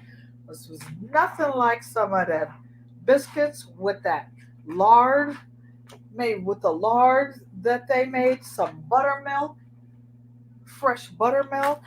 Okay, see how neat this looks, you guys? You see how much neater it looks? Now it's going to go together so easily. Okay, we're going to lay this out in a minute.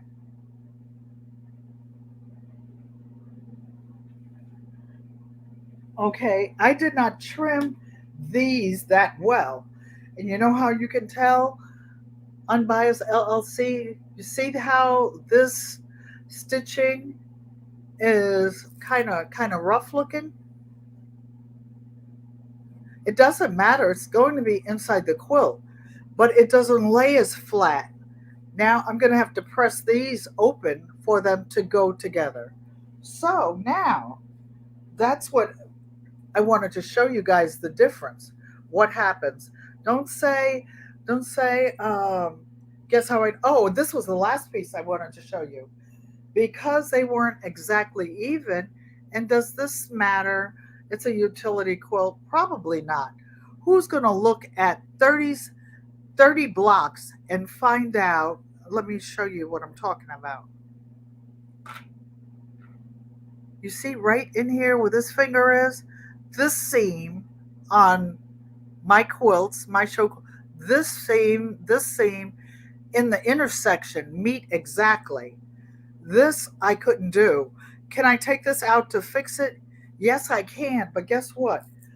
There are 8 different seams meeting in this corner. One, two, three, 4, 5, 6, 7, 8. If you pick it loose, you might pull half of it apart. Are we going to do that? Oh, H on the double rails. No, we ain't doing that. Mother, we ain't doing it. The good daughter ain't going to do it. So, let's see how we're going to arrange this. We're coming in the home stretch. For those of you who like horses. So I want this to look like a V. Put this one like that. I don't want you near that one. and this one like no. Okay. Why am I looking over here concerned? Because yeah, I guess that's the best I can do with this. I didn't want these two big blocks on this side, but when they're sewn together, nobody ain't gonna know it. They ain't gonna know it because you're not gonna be able to see which block goes at. See how neat these seams are? This is the difference when you take the time to trim properly. I didn't do it properly before. I was trying to hurry up. But you know what? I see there's still 23 of you in here. You deserve to see the right way to do it. Not that the other way is wrong, but it just looks nicer. It looks nicer and the seams will line up better. So I'm flipping these over. This little corner got mushed back some kind of way.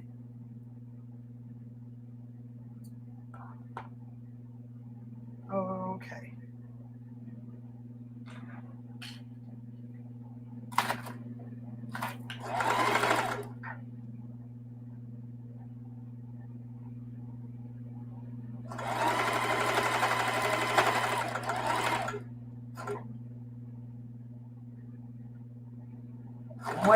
When you're making small blocks, like sometimes 2.5 inch blocks, and you're trimming them, you're like, what am I doing all that for?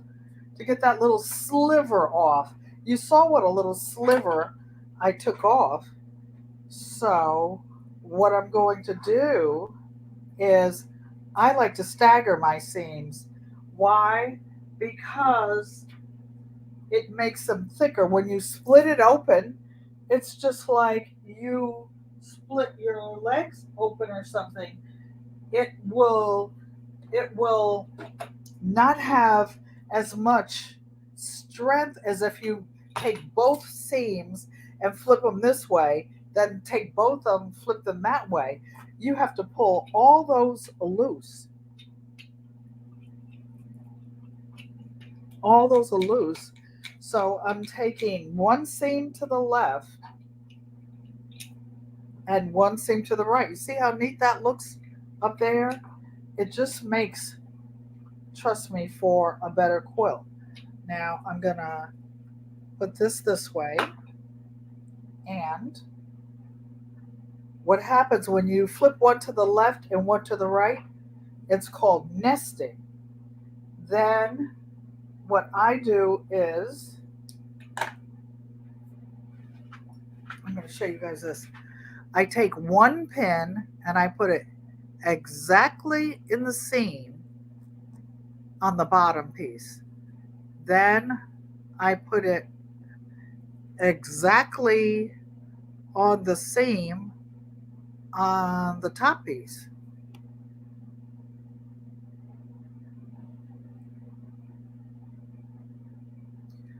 And what that's going to do is when I sew it, they're going to be perfectly matched. You see how the edges over here are perfectly even? You see how the edges over here are perfectly even? That's because I took the time. And Trisha G Mama grows hard in the garden. Welcome in, my niece. So, you guys, we're in for the home stretch. And this block is finished. And it's finished the way I'm proud to show it to you. I was going to put the first block on the design wall. Then I said, oh, look at that sloppy seam. Auntie Ellen doesn't work like that. I'm going to show you guys the way to do it where it looks best. And then you have a decision to make. You're going to go through all that or not. But you know what? No matter what you do, somebody is going to love that quilt. Why am I sitting over here fidgeting? Because I'm making sure those seams come together the way I want them to. You do it the way that you want to, and it's all going to be good. And no matter who you give that quilt to, I'm just backspacing for the purity heck of it, because what I like, that's what I like to do. This quilt is going to get a lot of wear and tear because I'm going to keep it for myself, not to use necessarily because it has all my memories in it. So you see, I'm going to steam this seam down. I may just seam this one open just for giggles and kicks because the fabric's so many seams coming together right here. But I'll go over it with a big heavy iron. You ready for the reveal? Who wants to see this finished block that you waited for? Then I'm going to turn her over like this and press her down like this. Cut this little piece. And look. Look. Does that block look anything like this block? No, but look what's going to happen. When I put this one, look how they meet. And then you see this little part in here, look what it's doing. So that's what's going to happen. I'll do it over here so that you can really see it. Instead of putting it on my non-sit-ups over here.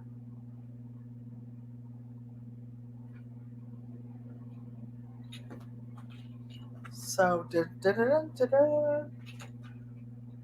me see the best view without knocking over the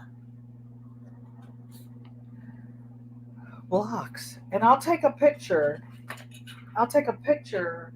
With it on the floor and laid out.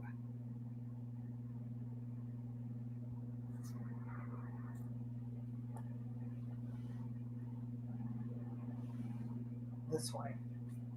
Okay, now you can see it better. You see where this forms a diamond in here, this forms a V in there. So what's going to happen is going to look like diamonds and squares all together here. So, was that not interesting? Thank you. So this is 2 blocks of 30, and it's all scraps, all my memories of, I know where every piece of this fabric came from. Other quilts, people that got them, people who gave me the fabric, and it's just fun to do. So I will be live. Thank you, you guys. I will be live on Thursday at 4 o'clock.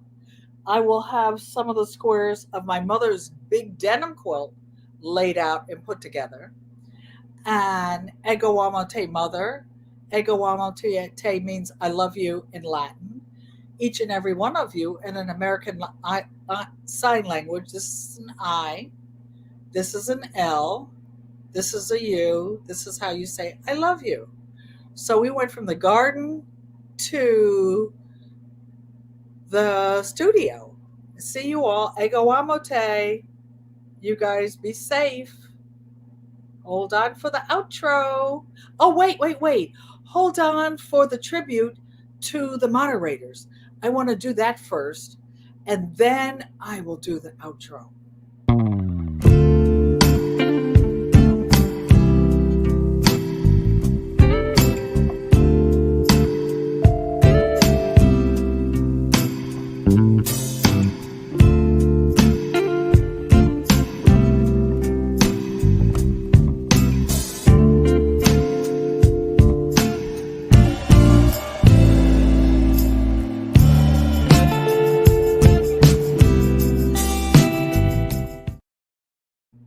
Okay, you guys. So, love you. Thanks for hanging with me, your dear old auntie girl. And hold on for the outro.